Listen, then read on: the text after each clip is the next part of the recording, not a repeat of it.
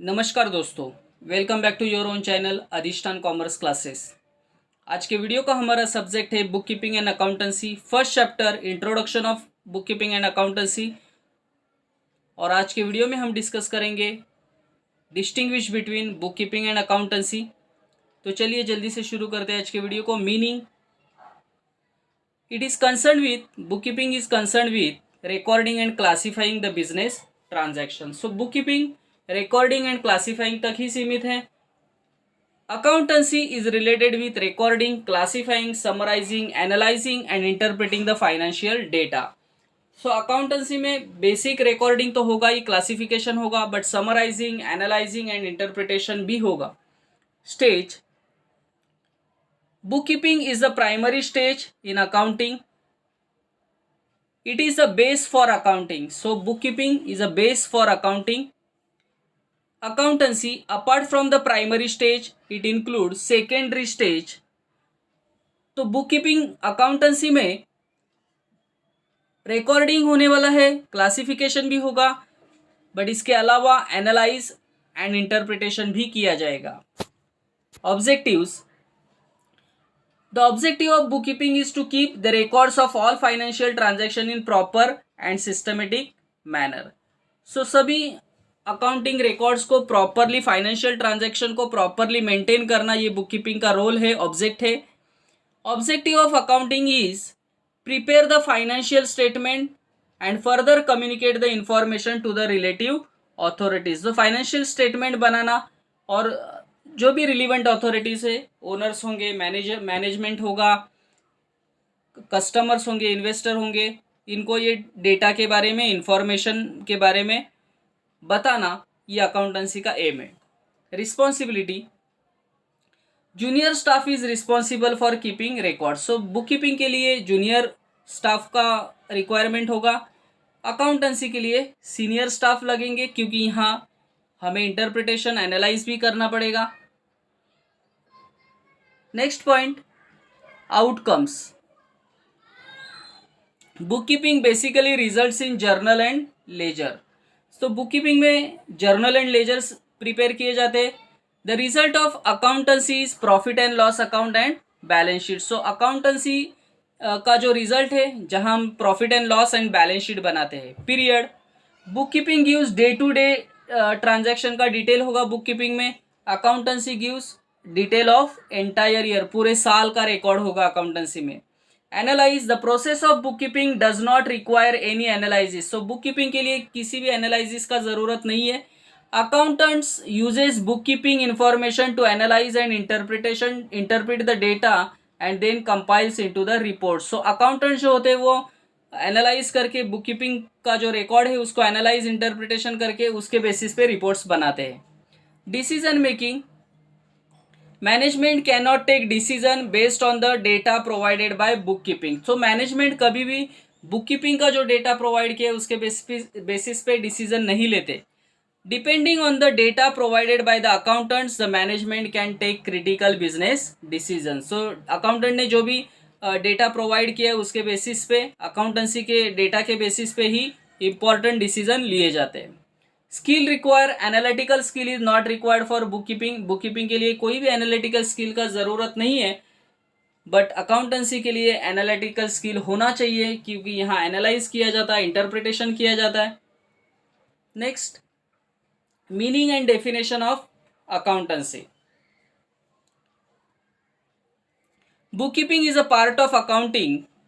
It is the primary stage in accounting. It is the process of recording transaction in a books of account. Accounting is the part of accountancy. देखिए, book keeping accounting का part है और accounting accountancy का part है। Accountancy is the practice of recording, classifying, reporting the business transactions for a business. Accounting principles are the basic norms and assumptions developed and established as the basis for accounting system. The principles are adopted by accountant universally. So accounting के जो rules है, regulations है, formulas है, ये universally follow किए जाते हैं, सभी जगह इसको फॉलो किया जाता है। Definition, accountancy refers to entire body of the theory and process of accounting by Kohler का डेफिनेशन है, रॉबर्ट एन एंथनी का डेफिनेशन है, has defined accounting is nearly every business enterprises has accounting system. It is a means for collecting, summarizing, analyzing and reporting monetary terms information about the business transactions. So जो भी business transaction किए जाते हैं इसको analyse करना, record maintain करना, summarise करना और उसके बेसिस पे रिपोर्टिंग करना, ये अकाउंटेंट का या अकाउंटेंसी का मेन रोल है. देन बेसिस या मेथड ऑफ अकाउंटिंग सिस्टम.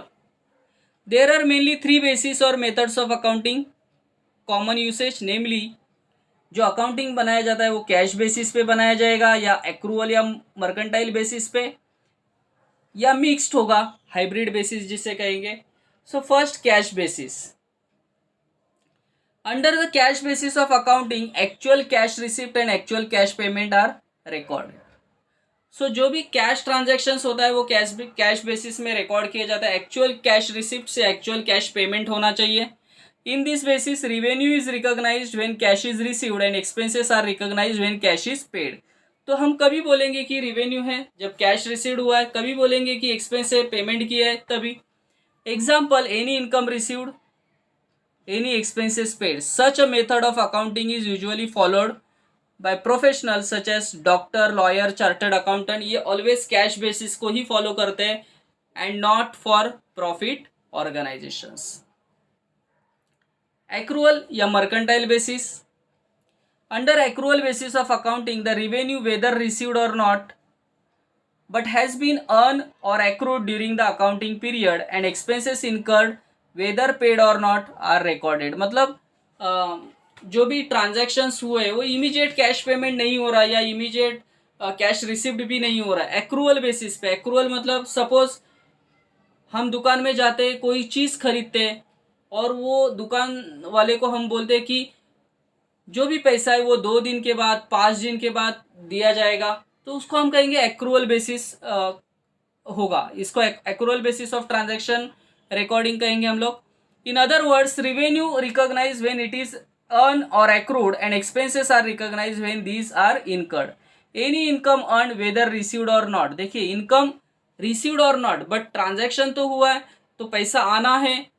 और any expense incurred whether paid or not, खर्चा तो हुआ है बट पेड करना बाकी है. सो एक्रूअल बेसिस पे जब अकाउंटिंग बनाया जाता है जहां उधार के ट्रांजैक्शंस हम बोल सकते हैं तो वहां एक्रूअल बेसिस हम लोग फॉलो करते हैं as a accounting system. Then mixed और हाइब्रिड बेसिस. यहाँ दोनों का कॉम्बिनेशन है कैश बेसिस और अकाउंटिंग बेसिस का. It is a combination of cash and accrual basis of accounting.